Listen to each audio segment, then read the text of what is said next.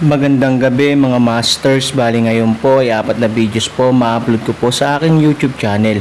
Tama nga mga masters, 4 na videos nga po ang ma-upload ko po. Yon, what's up mga masters, nandito na naman tayo sa panibagong araw, panibagong kabanata na naman ang pagsasama-samahan natin ngayon guys.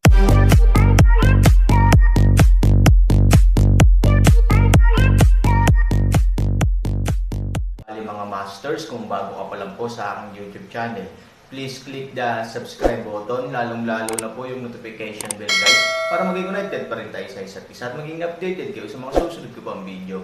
Bali mga masters, bago natin umpisahan ng kwento ay mag-shoutout po muna tayo para sa mga solid nating tagapakinig.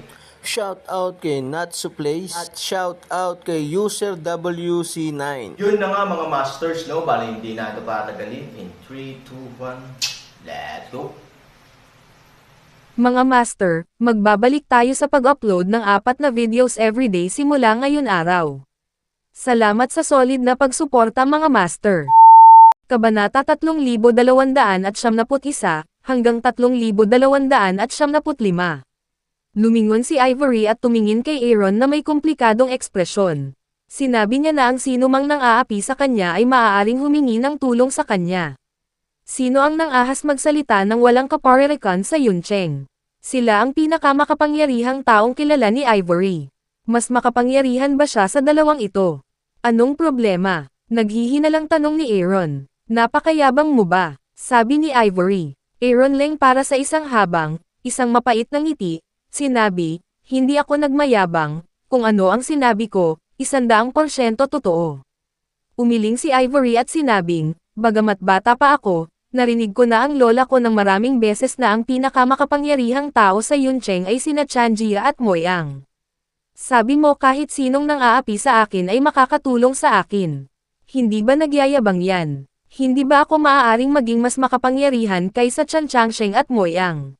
Mataimtim na sabi ni Han Sunny. Ngumiti si Ivory ngunit walang sinabi. Halatang hindi siya naniniwala sa mga salita ni Aaron. Kahit na si Aaron ay mas matanda sa kanya, siya ay isang maliit na bata pa rin. Paano magiging makapangyarihan ang dalawang ito? Bukod dito, ang kanyang apelyido ay Han, at malabong magkaroon ng anumang relasyon sina Chan Changsheng at Moyang. Sa kasong ito, mas malabong isipin ni Ivory na mas makapangyarihan ang Aaron kaysa sa 2 taong ito. Uuwi na ako. Salamat ngayon, sabi ni Ivory. Bakit ako nagpasalamat? Curious na tanong ni Aaron. Salamat sa pagpapakita sa akin na si Su Haichao ay isa ring tagapayo. Nakangiting sabi ni Ivory. Aaron pumili ng kilay, Su Haichao ang taong ito, hindi lamang isang tagapayo, iyon ay ganap na basura sa buto ng mga bagay. Matapos ipadala si Ivory pauwi, matagumpay na natapos ang gawain ng Aaron ngayon. Bukod dito, ang relasyon sa pagitan niya at ni Ivory ay malinaw na isang hakbang na mas malapit, na ginagawang lubos na nasisiyahan ang Aaron. Ngayon ay tinatawag nila itong isang kaibigan. Hindi naman masyado. Kung sila ay naging magkaibigan, ang relasyon ay maaaring unti-unting umunlad at lumalim. Sa kabilang banda, ang takot ni Su Haichao sa Aaron ay halos mawala pagkatapos niyang umuwi. Bagamat alam niya na ang Aaron ay malamang na mas makapangyarihan kaysa sa pamilya ni Su, si Su Haichao, bilang isang kinakailangan, ay walang positibong ebidensya na magpapatunay na ang Aaron ay mas mahalaga kaysa sa pamilya ni Su sa Yuncheng, ang apoy ng paghihiganti sa kanyang puso ay hindi kailanman, lumabas ka. Kaya sinimulan niyang imbestigahan ang pagkakakilanlan ni Aaron. Hanggat nalaman niya ang background ni Aaron, malalaman niya kung may pagkakataon siyang gumanti. Ngayon, dahil sa pagluhod na ito, nawalan ng mukha si Su Haichao. Imposibleng magkunwari siyang walang nangyari. Pagkatapos ilagay ang kanyang school bag, dumiretso si Su Haichao sa villa ni Su. Dahil gusto niyang imbestigahan ang pagkakakilanlan ni Aaron, ito ang pinakamadali at pinakadirektang bagay na tanungin ang matandang babae, dahil ang matandang babae ang pinakamaalam sa sitwasyon ni Yuncheng. Ngunit bago pumunta sa villa, nagtanong pa rin si Su Haichao tungkol sa sitwasyon ng villa. Maaari siyang maging mapanlin lang sa harap ng matandang babae, ngunit sa harap ng seryosong pamilyang Su, takot na takot pa rin siya. Ngayon ang Panginoon ng pamilya Su ay hindi pa namatay, at ang buong pamilya ng Su ay nasa ilalim pa rin ng kontrol ng Panginoon. Bilang isang seryosong tao, Siya ang tungkulin na kinatatakutan ng lahat sa pamilyang So. Tita Chun, nasa bahay ba ang lolo ko? Palihim na tumawag si Su Haichao sa telepono. Ang taong ito na nagngangalang Chunyi ay isang katulong ng Villa ni So. Siya ay isang babae sa edad na 30. Napakababae niya tingnan. Naisip pa nga ni Su Haichao si Chunyi noong bata pa siya. Sa tuwing pupunta siya sa villa ni Su, si Su Haichao ay lihim na tumitingin sa kanyang tiyahin. Para kay Su Haichao, ang alindog ng mature na babaeng ito ay halos hindi na niya makontrol ang kanyan. Pag nanais na sumilip, may meeting ang matanda ngayong gabi, kaya hindi pa siya umuwi. Puro sabi ni tita, ang galing. Dahil doon, ibinaba ni Su Haichao ang tawag at nagmamadaling pumunta sa villa ni So. Noong binili ng pamilya So ang villa na ito, halos ibigay na nila ang lahat. Ang dahilan nito ay iginiit ito ng matandang babae ng pamilya So, dahil aniya, sa paraang ito lamang maitulak ang pamilya So sa mas mataas na posisyon sa panlipunang uri. Bagamat itinulak ang uring panlipunan, naputol ang kadena ng kapital ng isang proyekto ng pamilyang So dahil sa pamumuhunan ng iba pang mga villa. Ito ay isang krisis, ito ay halos na bangkarot ang pamilyang So. Sa huli, ang matandang lalaki ng pamilyang So ang nagsikap na ibalik ang takbo at hindi hinayaang mangyari ang pagkabangkarote. Ngunit hindi kailanman naisip ng matandang babae ng pamilyang So na mali ang bumili ng villa, dahil sa kanyang palagay, kung gusto mong makilala ng iba, kailangan mong gumamit ng mga materyales para makaipon. Kahit hindi ka tumira sa villa, paano mo matatawag na pamilya ang sarili mo? Dumating si Su Haichao sa villa, naglilinis si purong tiyahin, nakalupasay sa kanyang lupa, umaambang ang neckline. Sinadya ni Su Haichao si Tia Chun, tiningnan siya mula sa mataas na anggulo, at nagpanggap na inosente. Tita Chun, nasaan ang lola ko? Tanong ni Su Haichao. Para sa gayong bata, si Tia Chun ay walang kahandaan. Nakangiting sabi niya, sa likod bahay, hindi mo ba kailangang gawin ang iyong takdang aralin ngayon? Ang aga mong dumating. Nakatitig ang mga mata ni Su Haichao sa pagitan ng mga bundok. Ni hindi niya kayang kumurap. Aniya, nakita ng guro na gwapo ako at hindi ako binigyan ng takdang aralin. Purong tiyahin magaan ng ngiti, ay ginamit sa mamantika bibig ni Su Haichao, sinabi, pumunta ka sa iyong lola, kailangan kong maglinis, walang oras upang makipag-chat sa iyo. Si Su Haichao, natuyong bibig, ay nilunok ang kanyang laway at tumalikod. Pagdating ko sa likod bahay, inaalagaan ng matandang babae ng pamilya So ang maliit na hardin. Mataas ang ranggo ng mga bulaklak at halaman dito.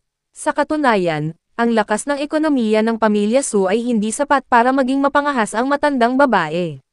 Ngunit gusto niyang tamasahin ang ganitong uri ng buhay na may mataas na kapangyarihan.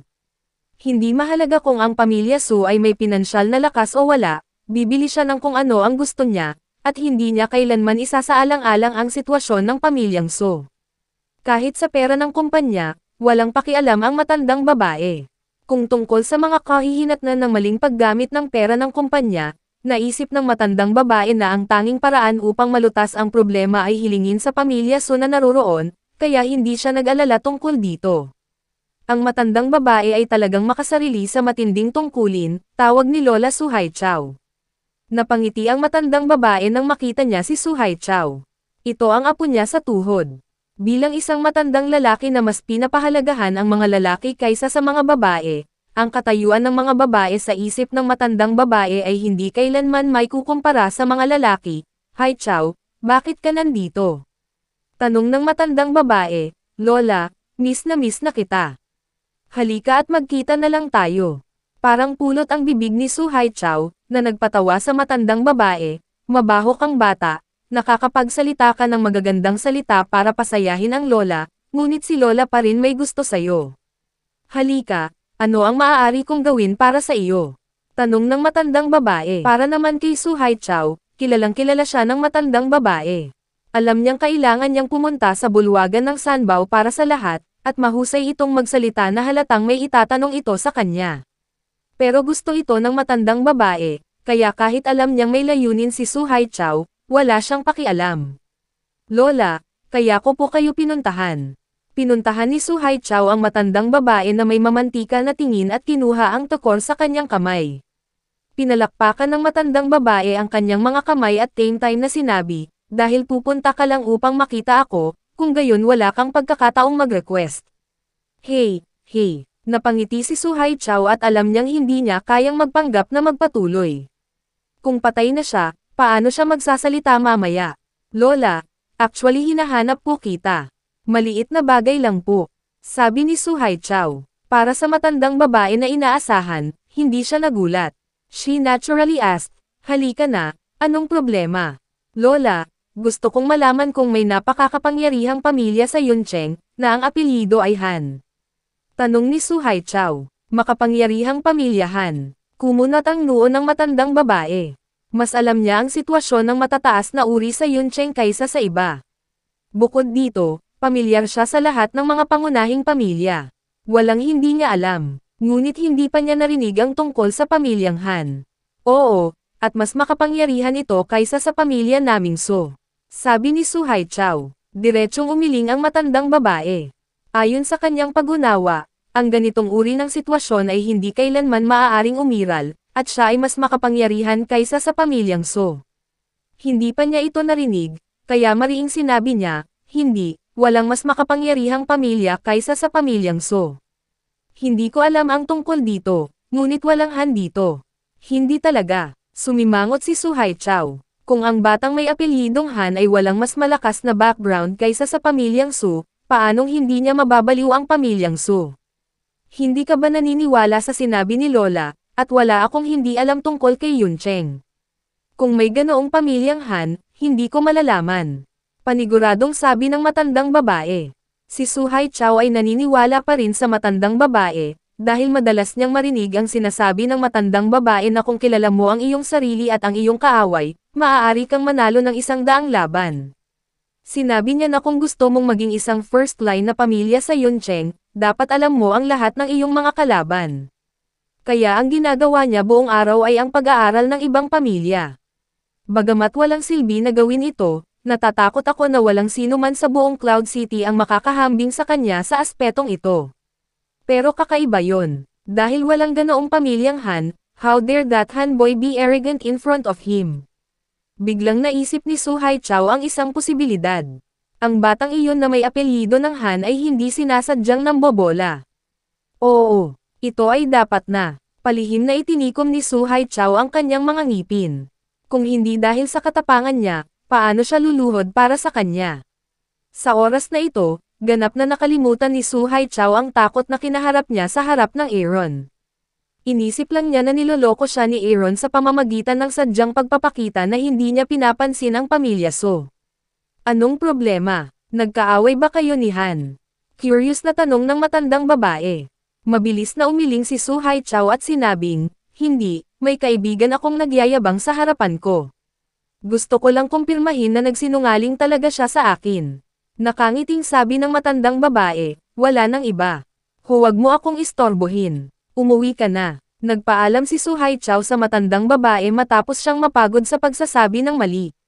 Siyempre, bago umalis, hindi pa rin nakakalimutan ni Suhai Chow na kumustahin si Tia Chun. Sa murang edad, mayroon na siyang masamang ideya tungkol kay Tita Chun, ngunit ngayon ay hindi pa siya nakakahanap ng angkop na pi. Kung hindi, maaaring matagal nang nakagawa si Suhai Chow ng ilang pag-uugali ng hayop. Sa hotel, si Chi Yian ay nag-iisa sa silid, iniisip pa rin kung anong klaseng babae siya. Sulit ang Aaron na iwan siya. Si Chi Yian ay tiwala sa kanyang kagandahan.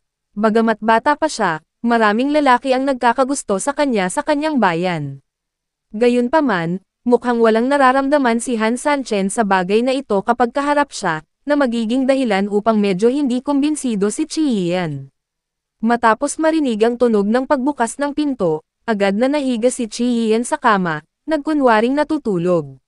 Sa kasalukuyang lakas ng Aaron, napakasimpleng malaman kung talagang natutulog ang isang tao. Ang aksyon ni Chi Yian ay hindi siya kayang dein. Gayunpaman, hindi ito sinira ng Aaron. Natural, si Chi Yian ay nakatulog. Kakabalik mo lang. Sa oras na ito, umupo si Chi Yian na may tamad na tingin at nagunat. Aaron liwanag ng isang ngiti, sabihin, ano ang makakain ngayong gabi?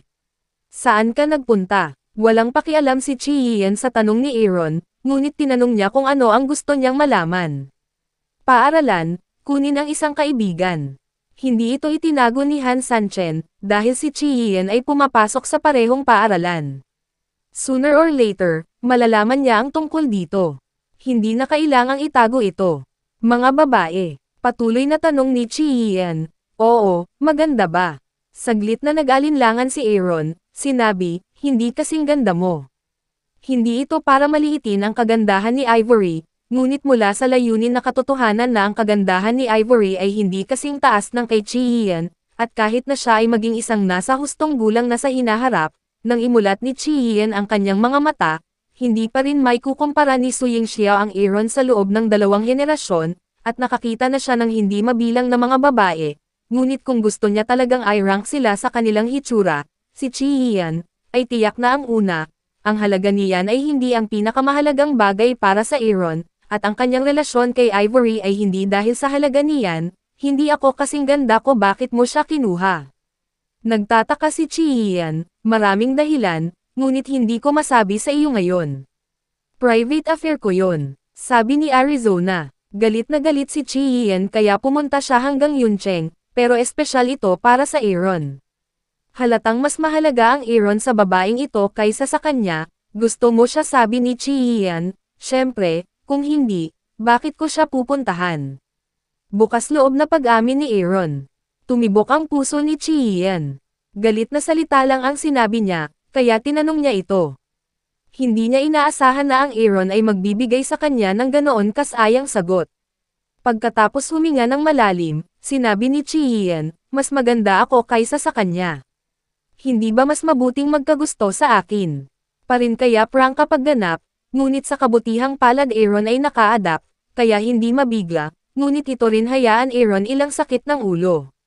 Kung makikilala ko si Chi Yian ng napakaaga, natatakot akong mapilitan akong yumoko ni Chi Yian. Yun na nga mga masters, no? Bali panibagong kabanata na naman yung natapos natin ngayong gabi. Muli, maraming salamat po talaga sa walang sawang suporta po sa aking YouTube channel na talagang inaabangan nyo po ang bawat upload ko po.